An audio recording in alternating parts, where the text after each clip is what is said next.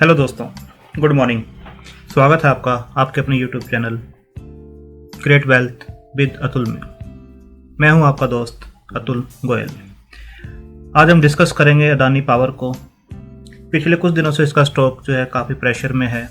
Almost 64 के level को इसने टच किया था, 38 से इंक्रीज हुआ था, 64 गया था एंड देन अगेन 44 के आसपास ये ट्रेड कर रहा है।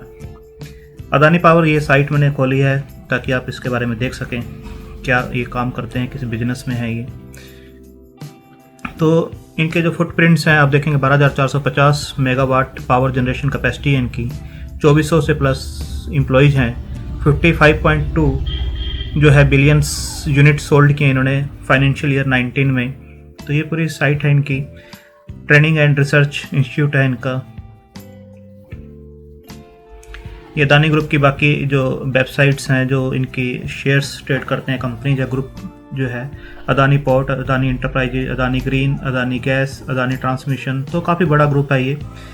अभी हम शेयर की बात करते हैं। अदानी पावर का जो शेयर है आज भी प्रेशर में है, 4.27% जो है प्रेशर में है लाइव मार्केट में। ये अभी 44.90 के आसपास ये काम कर रहा है, जो 44.70 के आसपास का इसने लो बनाया था और 47.35 का जो है इसने आज हाई बनाया है।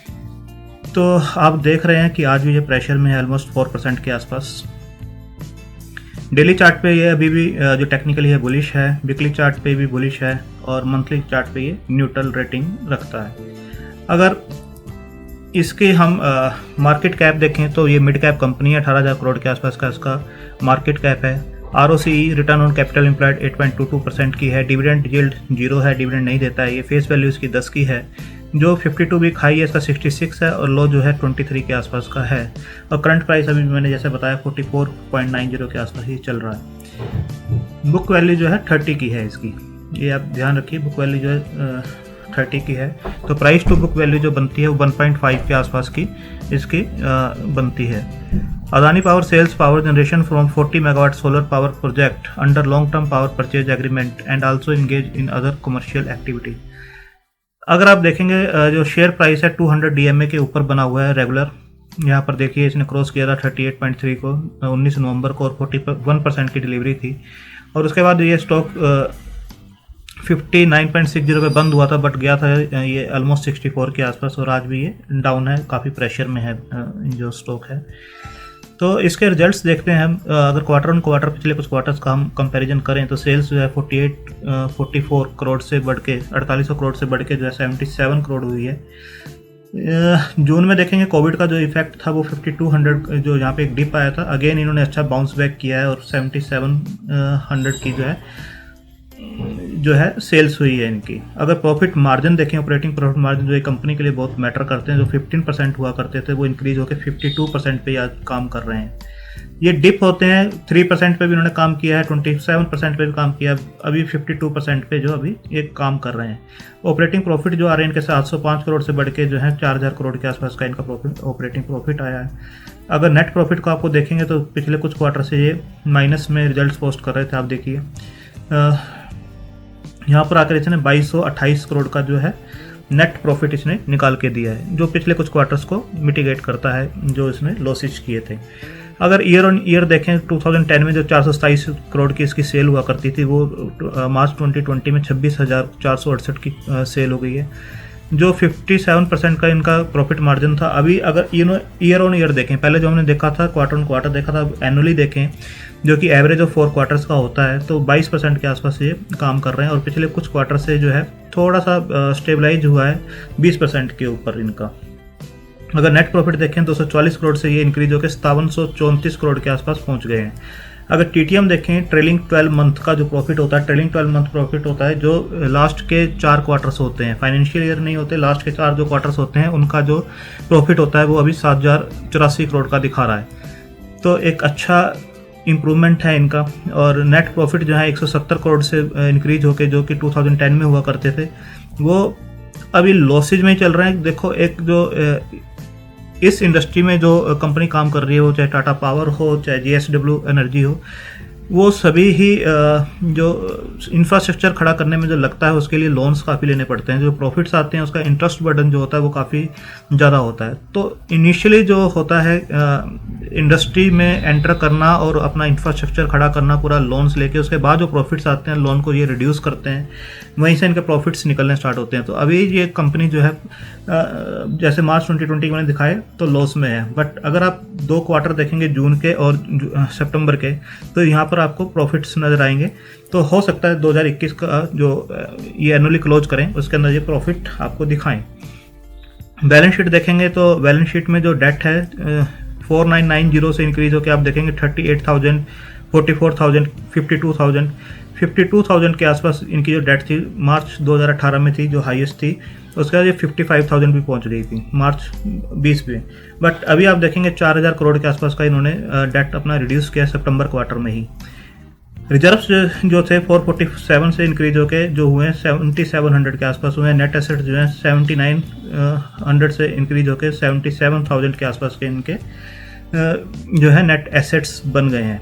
अभी मेन चीज़ जो है कि इनकी जो डेट है वो रिड्यूस हुई है। डेट रिड्यूस होने से जो इंटरेस्ट बर्डन है इनका जो कम होगा और प्रॉफिट के अंदर वो जो है इंक्रीज होना स्टार्ट होगा।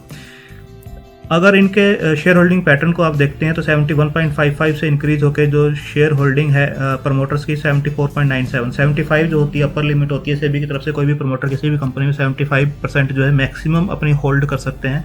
तो ऑलमोस्ट ये अपर जो स्लैब होती है 75% उसके आसपास ही है। FII की होल्डिंग देखेंगे तो 19% से रिड्यूस होकर जो है 12% के आसपास हुई है। DII की जो होल्डिंग है 2.52% से रिड्यूस इंक्रीज होकर 5.76 हुई है। FII आप देखेंगे तो अच्छे हाथों में इनका जो है स्टॉक्स हैं। इलारा है, एशिया इन्वेस्टमेंट है, इमर्जिंग इंडिया है, आप देखेंगे अच्छे हाथों में स्ट्रॉन्ग हैंड्स में इनके शेयर्स हैं। अगर DII में देखेंगे तो ओपल इन्वेस्टमेंट है, लाइफ इंश्योरेंस कॉरपोरेशन के पास है। लाइफ इंश्योरेंस का यहाँ पर शो नहीं हो रहा है, जो पब्लिक होल्डिंग है उसके अंदर आप देखेंगे 1.56%। पहले यहाँ पर शो हो रहा था 1.56%, अब लाइफ इंश्योरेंस का 1.56 यहाँ पर है। तो लाइफ इंश्योरेंस ने भी, LIC ने भी इसके अंदर पैसा अपना लगाया हुआ है और अच्छा स्टेक होल्ड है उनका 1.56%। और आप देखेंगे कि काफ़ी क्वार्टर से वो इस कंपनी में बने हुए हैं।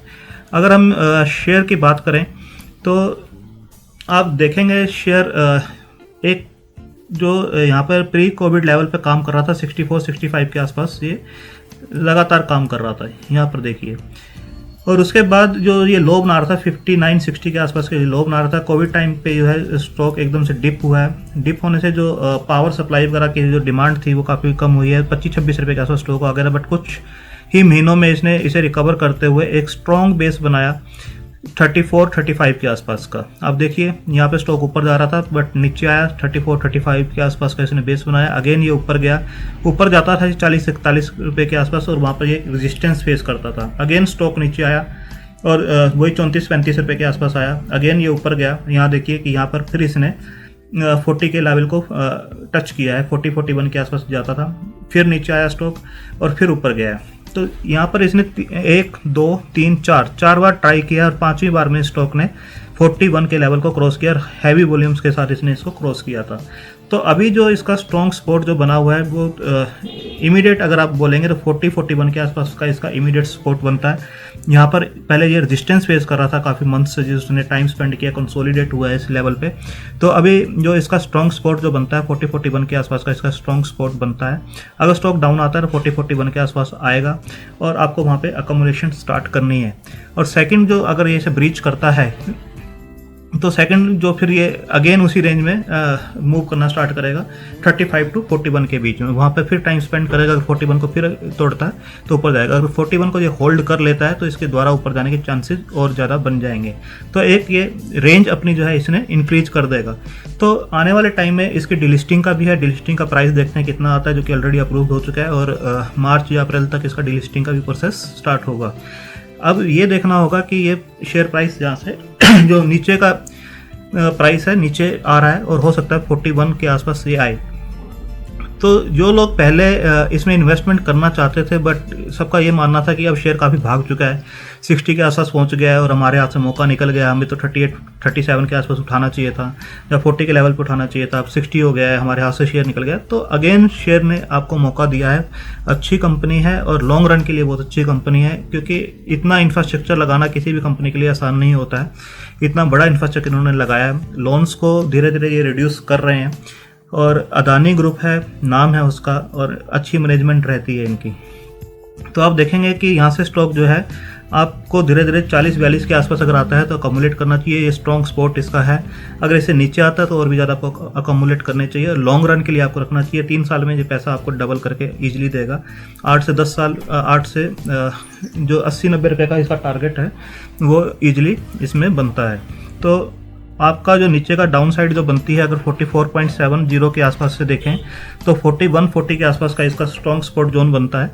2-3 रुपये और भी नीचे आने दो, वेट कीजिए, स्टेबल होने दो, क्योंकि अभी इंटेंसिटी जो है स्टॉक जो गिर रहा है उसकी इंटेंसिटी देखिए बहुत ज़्यादा है। जो 64 के लेवल से गिरना स्टार्ट हुआ है, आप देखिए इंटेंसिटी कितनी ज़्यादा है। जब कोई शेयर गिरता है उसकी इंटेंसिटी इसी हिसाब से रहती है। जैसे आप यहाँ देखेंगे तो इसकी भी इंटेंसिटी यहाँ पर भी बहुत ज़्यादा थी, इसी टाइप से गिरा था, यहाँ पर आके ये स्टेबल हुआ है और स्टेबल होने के बाद अगेन शेयर धीरे धीरे ऊपर को मूव करता है।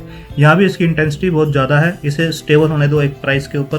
कहाँ पर स्टेबल होता है 40 पे, 42 पे या 44 पे एक स्टेबल हो जाएगा, उसके बाद आप इसे धीरे धीरे अकोमुलेट करना स्टार्ट कीजिए। ये आपको 2-3 साल में इजीली पैसा डबल करके देगा। अच्छा शेयर है, आप इसे पोर्टफोलियो में रख सकते हैं।